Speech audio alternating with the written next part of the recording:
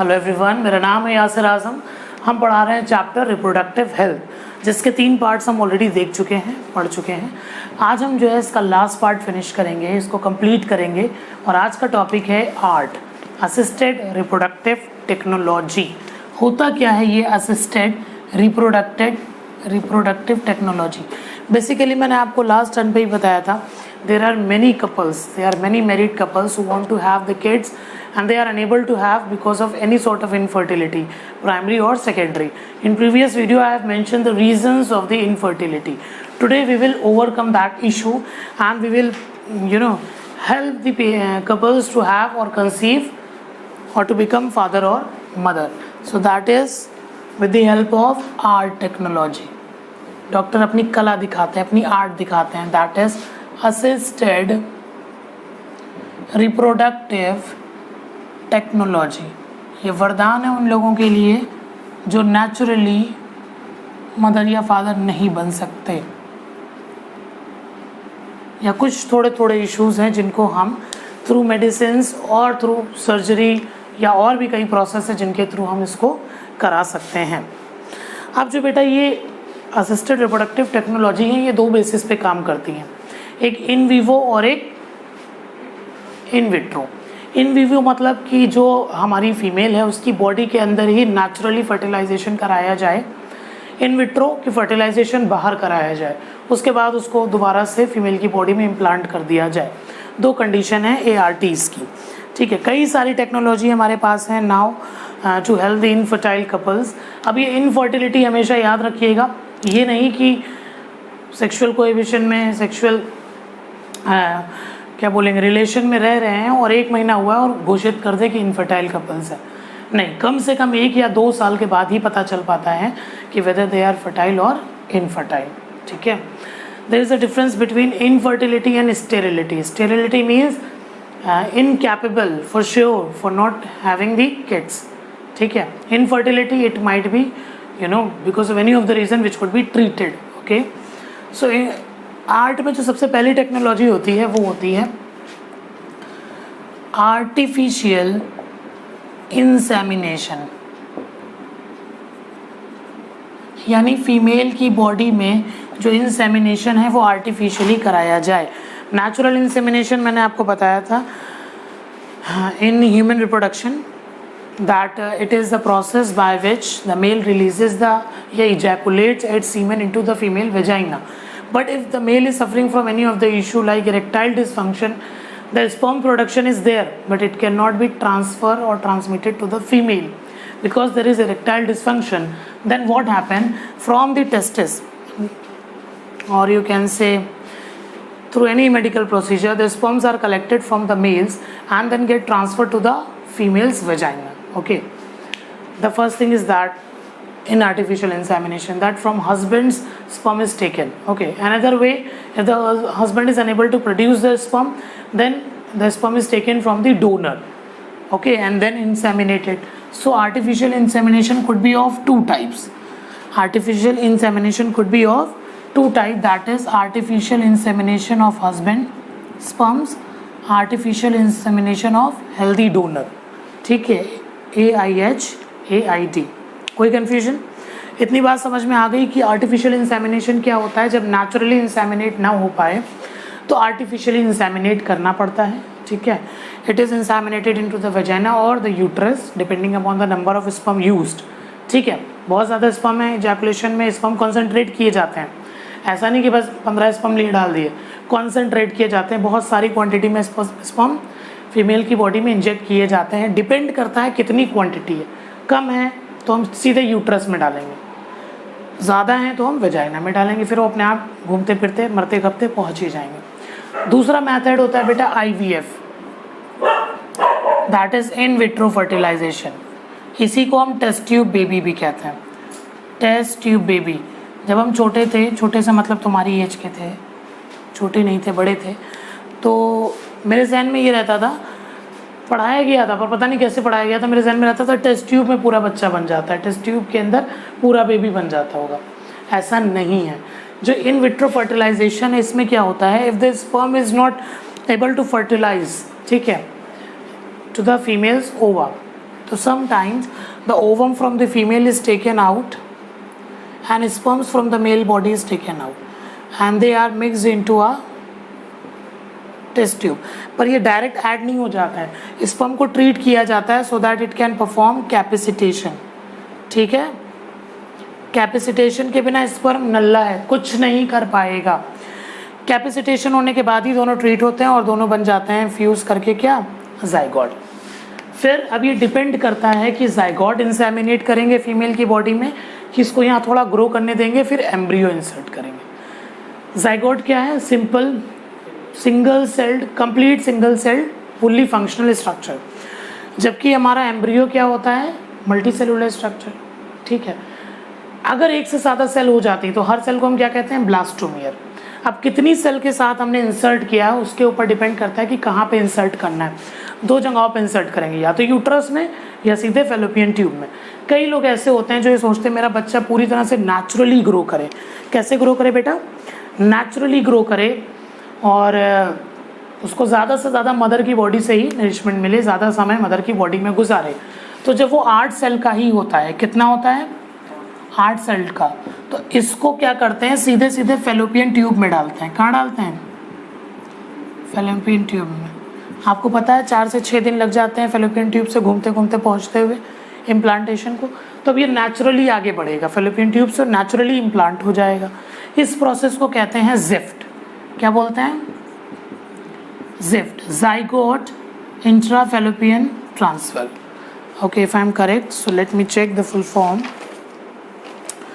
Zygote intrafallopian transfer, it is correct. लेकिन अगर 8 cell से ज़्यादा है, मान लो 16 सेल्ड है, इसको हमें जो है इम्प्लांट कराना है, तो ये डायरेक्ट भेजा जाता है बेटा यूट्रस में। कहाँ भेजा जाता है, यूट्रस में।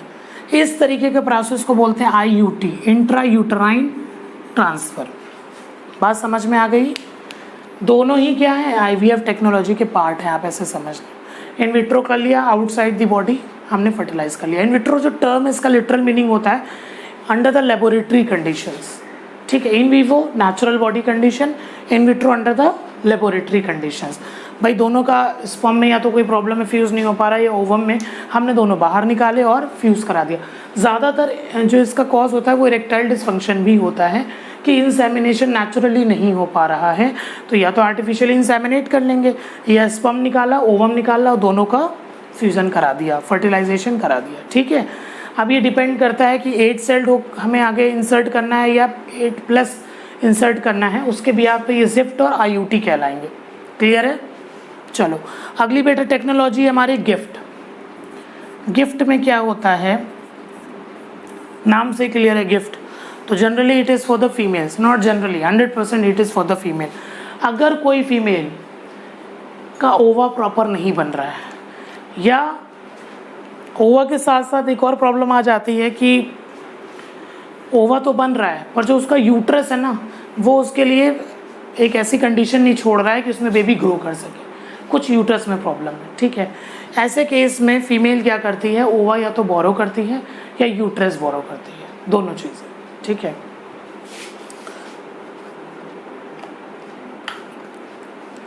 क्या हुआ,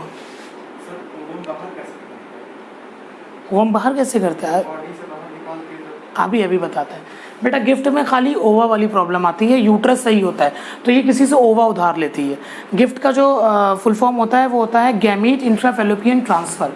इसमें क्या होता है भाई, मेल्स का क्या है कि मेल्स 24 घंटे तैयार हैं, जब चाहे स्पर्म निकलवा लो। ठीक है, विकी डोनर देख लो या तो गुड न्यूज़ मूवी देख लो, कितना साफ दिखाया है कि जब चाहो तब निकाल लो।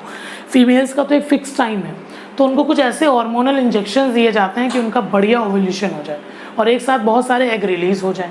अब ये इंजेक्शन उनको दिया कैसे जाता है, तो नेचुरली दे दिया जाता है, लेकिन ये निकाले कैसे जाते हैं यही पूछ रहे हो ना। होता क्या है बेटा, ये आपका फीमेल रिप्रोडक्टिव ट्रैक है, फेलोपियन ट्यूब है और यहाँ पे ओवरी है। वेजाइना के थ्रू इंजेक्शन लगा के ओवरी में यहाँ से निकाल लिए जाते हैं इंजेक्शन से क्या, ओवम। ठीक है, it's painful process, not that easy. ठीक है, निकाल लिए जाते हैं और फिर इसको आर्टिफिशियली, जैसे मैंने आपको बताया, एक्सटर्नली भी फर्टिलाइज किया जाता है। अब गिफ्ट में क्या है कि फीमेल है, गैमीट इंट्राफेलोपियन ट्रांसफ़र। चलो लिख ही देते हैं, कुछ लोग इसमें से देख के शॉर्ट नोट्स भी बना लेते हैं। तो बेटा अगला हो जाएगा हमारा गैमीट इंट्रा फैलोपियन ट्रांसफ़र। मैंने इसमें सरोगेसी पहले गलत बता दिया था, वो इसमें नहीं आएगा। सिर्फ प्रॉब्लम है कि जो फीमेल है उसका ओवा तो बिल्कुल सही है, मगर उसका ओवा तो बिल्कुल गड़बड़ है, यानी वो ऐसा नहीं है कि वो फर्टिलाइज हो सके, कुछ एबनॉर्मेलिटी है उसमें, या ओवा रिलीज नहीं हो रहा है, ठीक है। लेकिन उसका यूट्रस बिल्कुल सही है, बात समझ रहे हो। तो किसी डोनर से एक ओवा ले लिया जाता है या एक से ज़्यादा भी ले लिए जाते हैं, टाइम टू टाइम ट्राई करते रहते हैं, क्योंकि ज़रूरी तो नहीं पहले ही ओवा फर्टिलाइज कर जाए या बिल्कुल प्रॉपर हो। वो ओवा डोनर से ओवा लेने के बाद फैलोपियन ट्यूब में डाल दिया जाता है, ठीक। अब वो नेचुरली सेक्सुअल इंटरकोर्स करेगी अपने कपल के साथ और फिर वो जाके ओवा को फर्टिलाइज कर देंगे स्पर्म्स, ठीक। पूरी तरह से नेचुरल है, लेकिन ओवा दूसरे से मिला है, डोनर से मिला है, इस वजह से उसको गिफ्ट भी बोलते हैं, यानी गैमेट इंट्राफैलोपियन ट्रांसफ़र बोला जाता है, ठीक है। कोई कन्फ्यूजन? फर्टिलाइजेशन हो जाएगा, नेचुरली ग्रो हो जाएगा। अगला मेथड है, मान लो कोई ओल्ड एज मेल, ठीक है, जिसका स्पर्म बिल्कुल काम नहीं कर रहा है, मतलब उसमें कैपेसिटेशन की कमी हो गई है, स्पर्म में दम नहीं बचे, लेकिन वो चाहते हैं फादर बनना। तो ऐसे प्रोसेस में, और बायोलॉजिकल फादर बनना चाहते हैं, ये नहीं कि किसी और का स्पर्म उठा के उनको दे दो, समझ आ रहा है। मिर्ज़ापुर के दादा हैं, वो चाहते हैं उनका स्पर्म बढ़िया फर्टिलाइज कर दे, तो वो क्या करते हैं बेटा, फिर एक टेक्निक यूज़ होती है ICSI,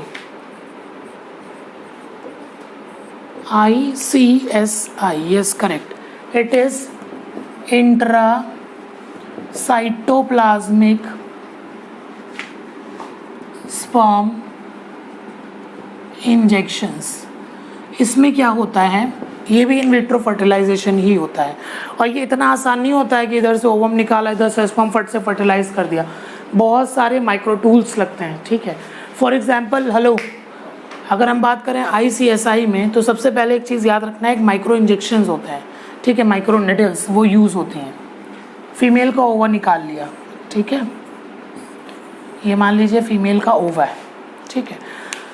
अब स्पर्म से कोई मेहनत नहीं कराएंगे कि तुम जाओ और यहाँ पे इसको फर्टिलाइज करो, ऐसा कुछ नहीं। एक इंजेक्शन लिया,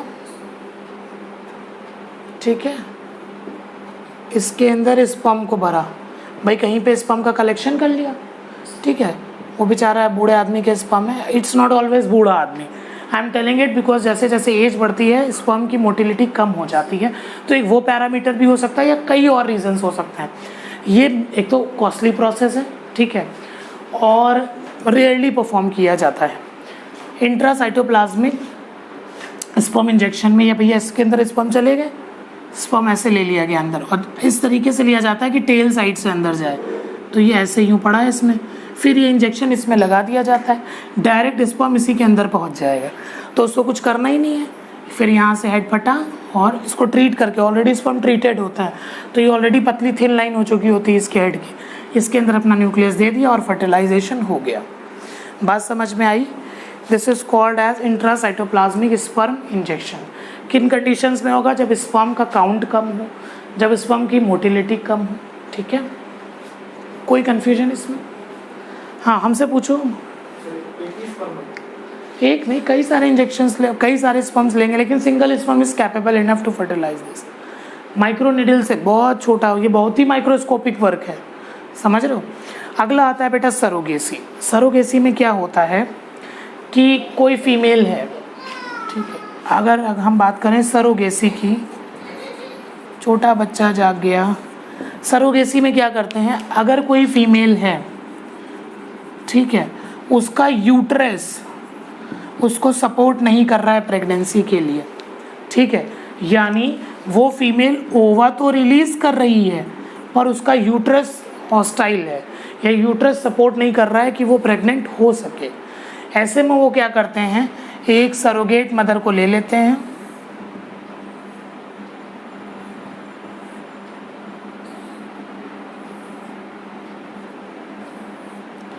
पता नहीं कैसी तोतापुरी मदर बन गई। सरोगेट मदर की बॉडी में क्या करते हैं, ये ओवा डाल देते हैं, प्लस जो इसका कपल है उसका स्पर्म डाल देते हैं।